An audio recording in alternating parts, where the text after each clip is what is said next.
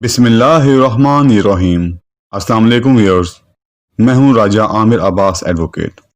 Viewers, आज हम बात करेंगे the code of civil procedure 1908 के अंदर की गई तरमीम पर, यानी कि मजमूए ज़ाब्ता दीवानी 1908 के अंदर जो 2020 में तरमीम की गई हैं उन पर आज हम बात करेंगे। मजमूए ज़ाब्ता दीवानी एक प्रोसीजर है, एक तरीक़ेकार है जिसके तहत तमाम दीवानी मुकदमात की कार्रवाई अदालतों में की जाती है। दीवानी दावे के बारे में मशहूर है कि दीवानी दावा ऐसा दावा होता है जो कि बंदे को दीवाना कर देता है, यानी कि उसकी ज़िंदगी में उसका फैसला हो ही नहीं पाता। यही कहा जाता है अगर दादा दावा करता है तो उसका रिजल्ट उसके बेटे को या उसके पोते को मिलता है। लेकिन अब इन तरमीम के बाद दीवानी दावों का फैसला चंद माह में या साल के अंदर ही हो जाए करेगा। तो जो ये तरमीम की गई हैं आज हम इसको डिस्कस करेंगे। वीडियो शुरू करने से पहले मेरी आप व्यूअर्स से रिक्वेस्ट है कि अगर अभी तक आपने मेरा चैनल सब्सक्राइब नहीं किया तो प्लीज़ सब्सक्राइब कर दें, बेल आइकन को प्रेस कर दें ताकि हर नई आने वाली वीडियो आपको बर वक्त पहुँचती रहे। मजमूए ज़ाब्ता दीवानी बनना तो 1908 में था, लेकिन आज इतने सालों बाद एक सदी से ज़ायद हो गया है इसमें तरमीम की गई हैं।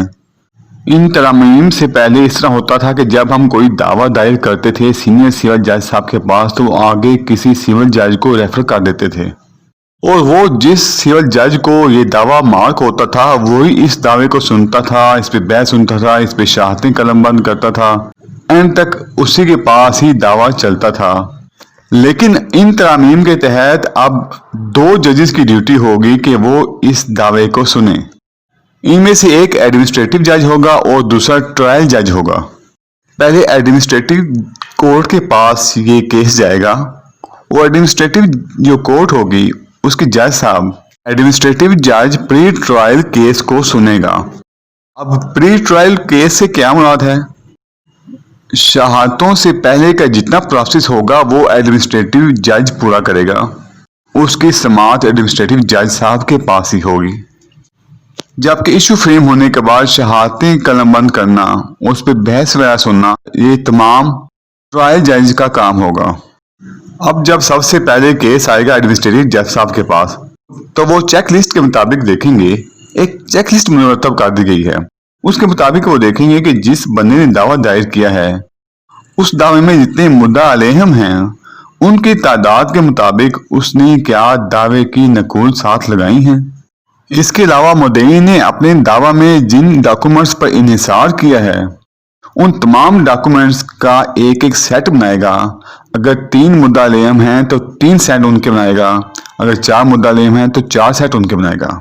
यानी कि मुद्दई का काम है कि दावे का और दावे के साथ उन डॉक्यूमेंट्स का जिस पे उसका इन्हिसार है, इन सब का एक एक सेट बनाएगा जो कि मुद्दा अलैहम की तादाद के बराबर होगा और वो दावे के साथ लफ करेगा। इसके अलावा मुद्दई का काम है कि 2 सेट एक्स्ट्रा अदालत के लिए भी साथ जमा करवाए। अब आपको क्लियर हो गया होगा कि जितने मुद्दा अलैहम हैं उनकी तादाद के मुताबिक एक पूरा सेट बनेगा और उसके अलावा 2 इजाफी सेट बनेंगे जो कि दावे के साथ ही लफ होंगे। इसके अलावा आपने तलबाना फॉर्म जमा करवाना है और लिफाफा रजिस्ट्री माँ एडी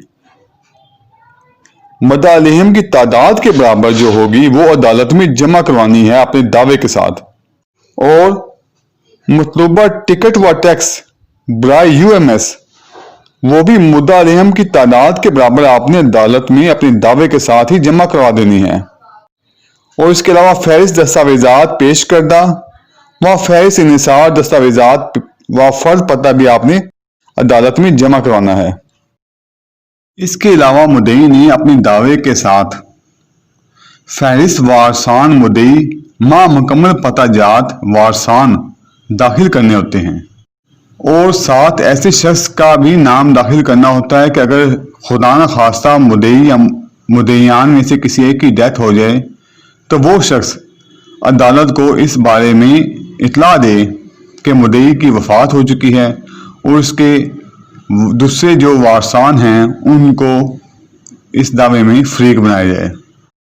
اس کے علاوہ ایڈمنسٹریٹو جج صاحب کے سامنے اصل دستاویزات جن کی بنیاد پر دعویٰ دائر کیا گیا ہے ان کو بھی پیش کیا جائے گا اور وہ اس کو ملاحظہ کر اصل دستاویزات واپس مدعی کو دے دیں گے۔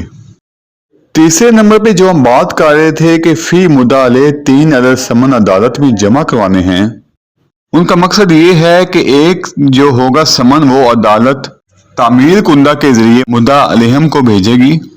پروسیس سرور جو نوٹس لے کے جائے گا اس کے ساتھ آپ نے اس کو اس دعوے کی اور اس کے ساتھ جو دستاویزات ہیں جن پہ آپ کا انحصار ہے ان کی بھی ایک ایک کاپی ساتھ دینی ہے، یعنی کہ فی سمن آپ نے دعوے کی کاپی اور دستاویزات جن پر آپ نے انحصار کیا ہے اس کی کاپی بھی آپ نے ساتھ پروسیس سرور کو دینی ہے۔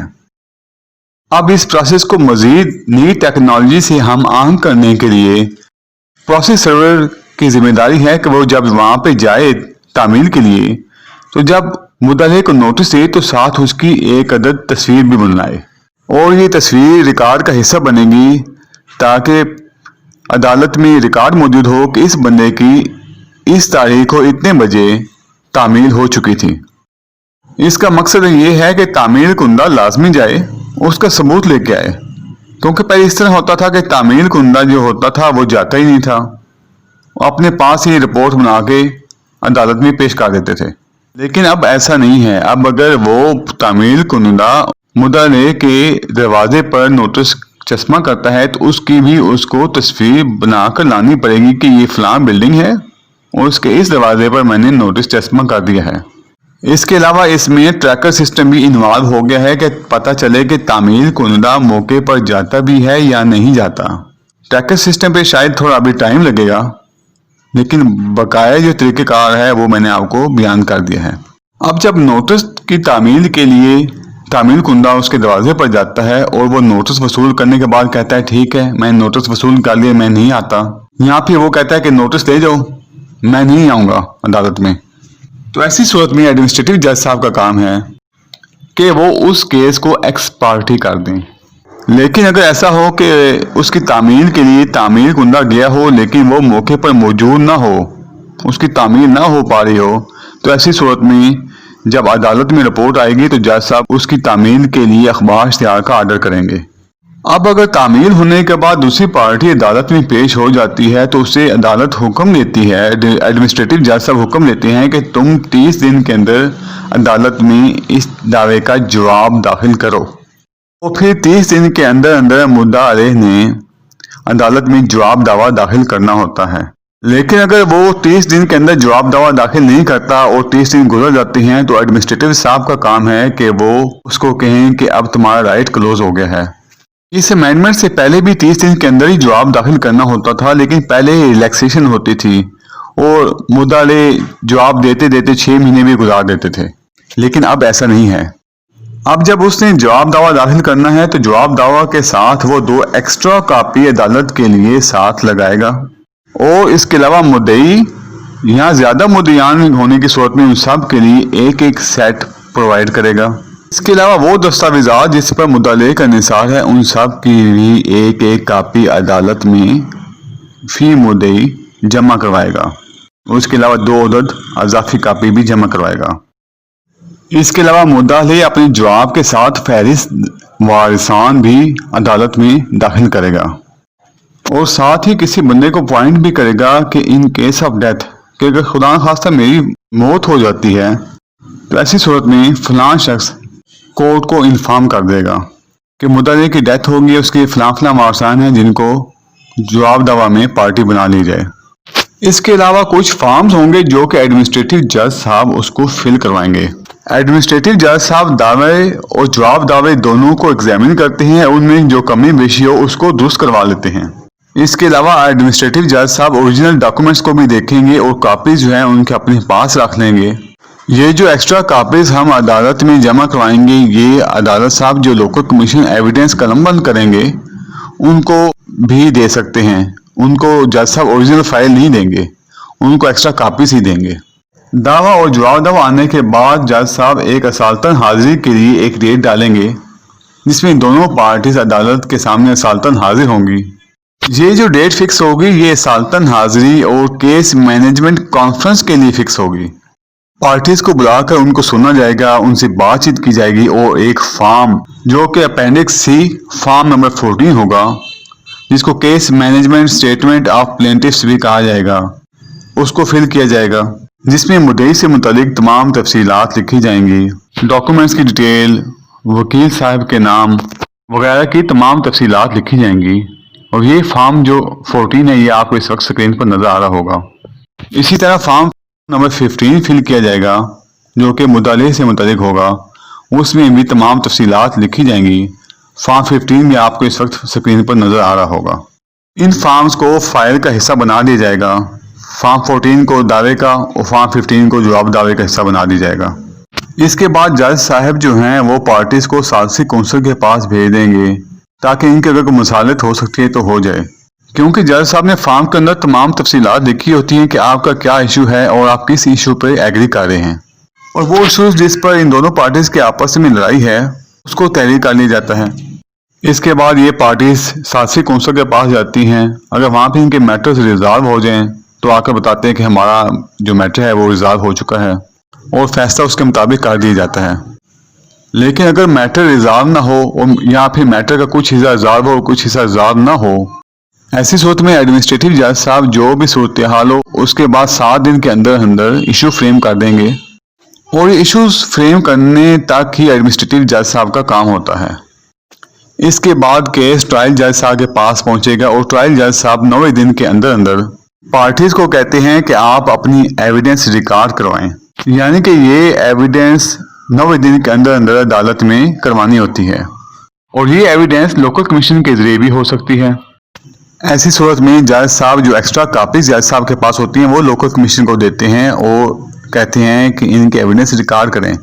9 दिन के अंदर अंदर जब इनकी एविडेंस रिकॉर्ड हो जाती है तो उसके बाद आर्गूमेंट्स होते हैं, और आर्गूमेंट्स होने के बाद जल्दी जल्दी इसका फैसला कर दिया जाता है। जब जज साहब फैसला करेंगे तो फौरी तौर पर उसकी जो कापीज होंगी वो मुद्दई और मुद्दल को हैंड ओवर कर देंगे। पार्टीज को फौरी कापी मिल जाएंगी और पार्टीज अगर चाहें अपील करना तो वो अपील कर सकती हैं, और वो जज साहब जिसके पास अपील आएगी वो अगर उस केस से एग्री करेंगे तो कहेंगे ठीक है मैं इस केस से एग्री करता हूँ। ऐसी सूरत में जज साहब अगर रीजन ना भी बताएं तो उनके हक में फैसला कर सकते हैं। लेकिन अगर जज साहब फैसले को डिसएग्री करते हैं, अगर वो नीचे वाली अदालत से इतराज समझें तो उसकी रीजन भी अपने फैसले में लिखें। ऐसी सूरत में एपलेट कोर्ट जो है वो दूसरी पार्टीज को नहीं बुलाएगी बल्कि नीचे वाली अदालत को कहेगी कि आपके पास जो पार्टीज आ रही थी आप उनको मेरे पास भेज दें। तो पार्टी जब एपलेट कोर्ट में जाएगी तो एपलेट कोर्ट फौरी तौर पर उसका फैसला कर देगी। पहले इस तरह होता था कि जब कोई कोर्ट फैसला करती थी तो उसका इजरा दायर किया जाता था, लेकिन अब ऐसा नहीं होगा। अब जो केस फैसला होगा उसी केस को इजरा में कन्वर्ट कर देंगे, यानी कि इजरा के लिए आपको अलग से केस दायर करने की जरूरत नहीं पड़ेगी। इन तरमीम से वाज़ेह यही होता है कि कानून तो वही है लेकिन इसमें उसको स्पीड अप करने की कोशिश की गई है कि पार्टीज अदालतों के धक्के खा खा कर बूढ़ी ना हो जाएं, उनकी अगली नस्लें ना आ जाएं, ताकि उनकी जिंदगी में ही जल्द अज जल्द उनको उनका हक मिल सके। मैं समझता हूँ कि ये एक अच्छी बात है, इससे लोगों का अदालतों पर एतमाद भी बढ़ेगा और लोग अपने मसाइल लेकर अदालतों में आएंगे। व्यूअर्स, वीडियो देखने का बहुत शुक्रिया। अगर आपको मेरी वीडियो पसंद आई हो तो प्लीज़ लाइक और शेयर कर दें, मेरे चैनल को सब्सक्राइब कर दें और बेल आइकन को प्रेस कर दें। अल्लाह हाफिज़।